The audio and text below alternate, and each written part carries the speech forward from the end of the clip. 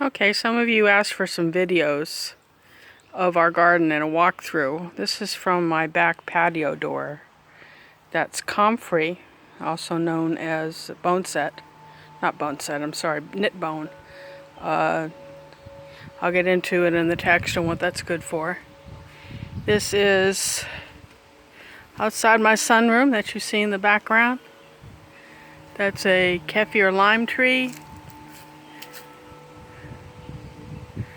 We have several of them, surrounded by Jerusalem artichokes, this flower here. It'll grow eventually 15 feet high. So we turn and look at the raised bed area. Okay. We've got a flowering quince here that's for sale. And that archway was covered in roses, and I picked them all.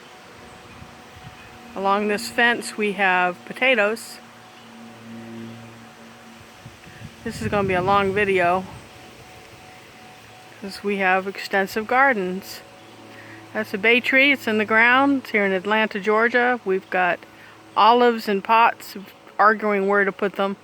This is the deck my husband built for me with his own two hands, where I teach my gardening classes.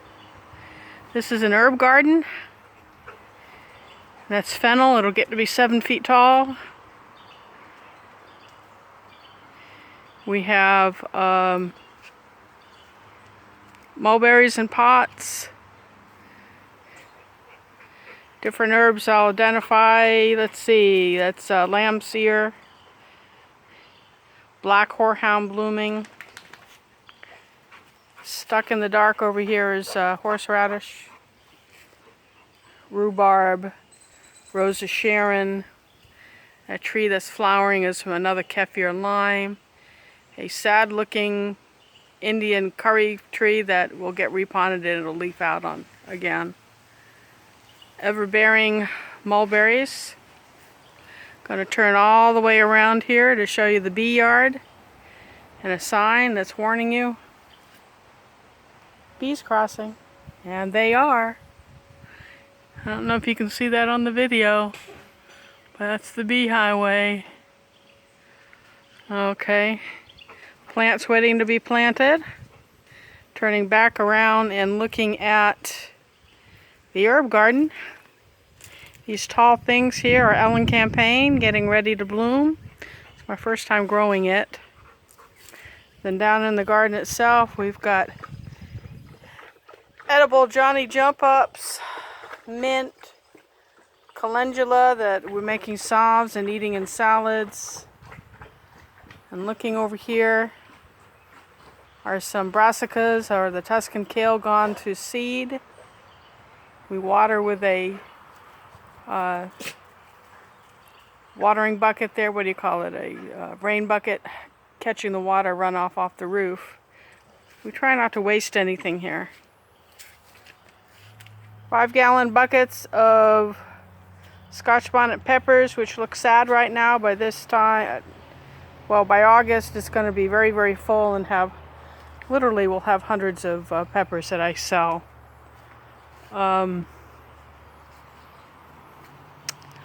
These are several pots of green cardamom, which I will break up and sell a little bit later in the year. You can see the little greenhouse that we built. The soaking station, again, more things waiting to be planted. This was our berry hill that we're about to relocate.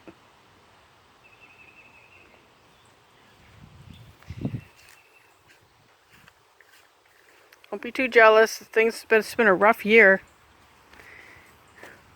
Got all sorts of space in here to grow things. And then we got a carambola tree with carambola on it. We haven't moved it because it'll drop all its leaves when we move it, and we want the fruit to mature. This is our new berry patch.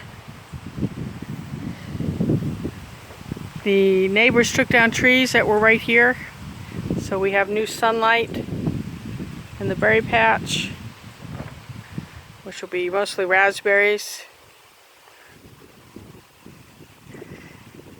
These are the straw bales that kept the greenhouse warm this winter, and we're utilizing those with different types of pumpkins and squash. Some of them, the last surprise frost and cold snap we had a couple weeks ago, like 2 months after it's supposed to stop, killed a lot of things, so we're going to have to replant.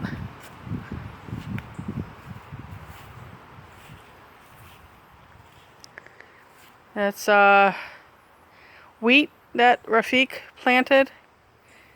The mustard patch that went to seed that our bees really are enjoying. And that's a pawpaw tree. Hasn't given us any fruit yet, but its cousins up the hill are. So maybe next year. Gotta have a corn patch.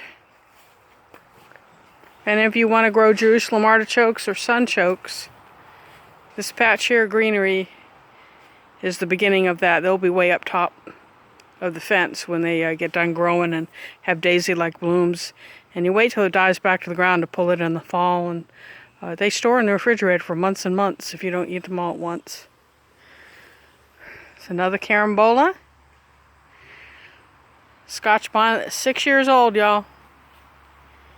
Tea, Scotch bonnet and mint, I frequently will companion plant. Sweet potato vine in the bucket. Another 6-year-old Scotch, or this will be its 7th summer. Scotch bonnet in a bucket.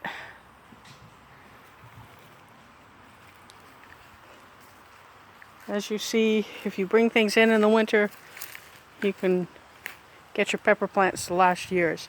This is our first year with yacon from Peru, growing it in buckets and in the soil. I kind of walked past it real fast. That's ashwagandha. Grape. That is a white horehound that something has laid in the middle of overnight. And a rue garden. The Japanese persimmons have fruit all over them this year. Well, we have fig trees that are big and green and beautiful and don't give us any figs yet. Again, they're like 4 years old. This is a mystery vine. It's supposed to bloom and feed the wildlife. And boysenberry. This is our strawberry bed. I guess I can put the phone over the side and get pictures of it. It goes the length of this fence.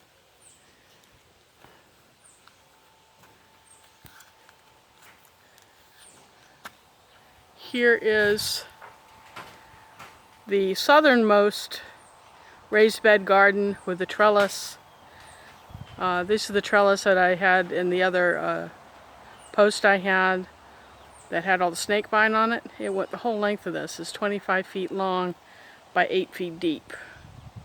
And these are all our winter greens that are all going to seed. We've been replanting certain things that, the brassicas and whatever. Same here.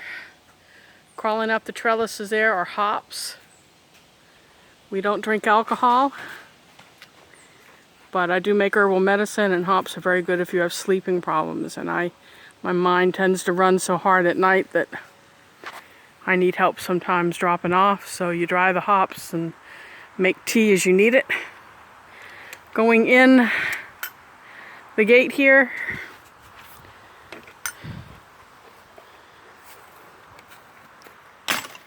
we have a chicory that I'll have to take pictures and post for you when it starts blooming. They're gorgeous. Garlic and more strawberries. There goes Rafiq. Rafiq, wave to everybody. Oh, he's so excited. Alright. This is your main hallway. We're looking over here at radishes of all kinds, beans and peas. On that other one are beans and peas, and the garbanzo plants that you see here are Afghani black garbanzos. Our first time trying them. They've got little seed pods on them. I'm going to walk down the hallway for you. Sorry the video is going to be really long because someone asked for it and there's just no other way to do this. More greens and catnip, cat's favorite part of the garden. Hops. Looks like we need to fertilize a little bit and spray for spider mites. Boysenberry that volunteered. We bought a pot and left it sitting here. And they're about ready. I guess boysenberries are dark red when you eat them. We've got various squash planted. If you can see what's growing up that trellis, it's past the one we're looking at right now. You see that? That's the American groundnut. And we planted it last year and it came back in places we didn't plant it, which means the squirrels have been helping. Butterfly bushes that volunteered, so the birds helped with that. Uh-oh, here comes Henrietta. Hey, Henrietta. More butterfly plant.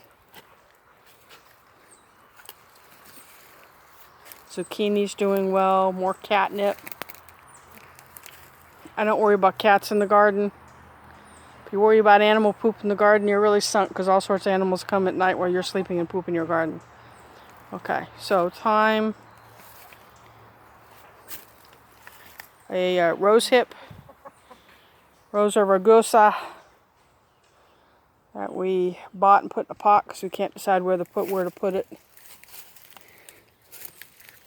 This is an elderberry frond that broke off the elderberry bush and I just stuck it in the pot, and that was a month and a half ago, and look, it's growing. So no effort there. If you want to go to the side of the road, if you can positively identify elderberry, just break off a branch and stick it in a pot and you'll have a plant.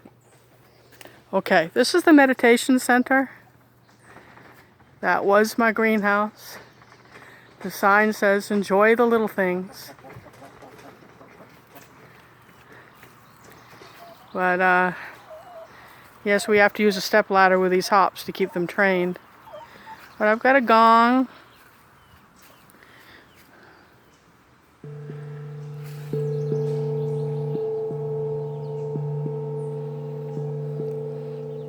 Chairs and the bench are flanked by American elderberry. We have 2 varieties and an aronia berry.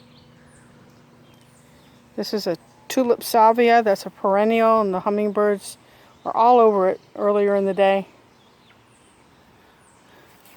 St. John's wort for tea.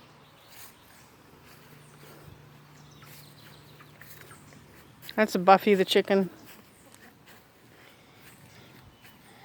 I was going to do artwork on that window, but I think the simplicity is nicer than what the artwork with stained glass will be. More elderberry. Some Chervil. The bird bath with a horsetail, and beets I let get too dry so they're soaking. Nice little collard green patch. That's the raised bed. More of that salvia back at the rose I showed you at the other entrance. This is where we are. Volunteer butterfly bush. Lemon balm. More catnip. More St. John's wort, and there's some chamomile in there. It's not blooming yet. But we see that the elderberry is starting to put on blooms. This is a pawpaw, and I think there's a pawpaw hanging in here somewhere. There we are. Yep, they're coming.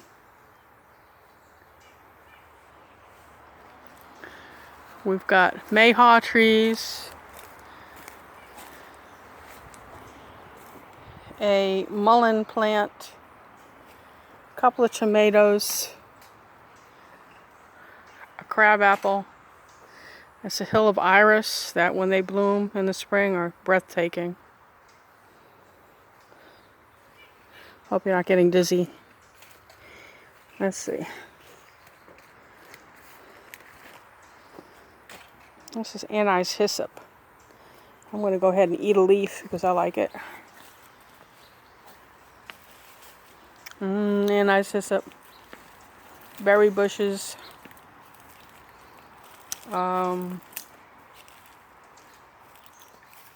Catmint. And I'll wind it up with my solitary bee house that I'm offered a class on this spring and had to cancel because of the virus. But it's behind the spice bush. And I'm sure that made you very dizzy walking through there, but I hope you enjoyed it.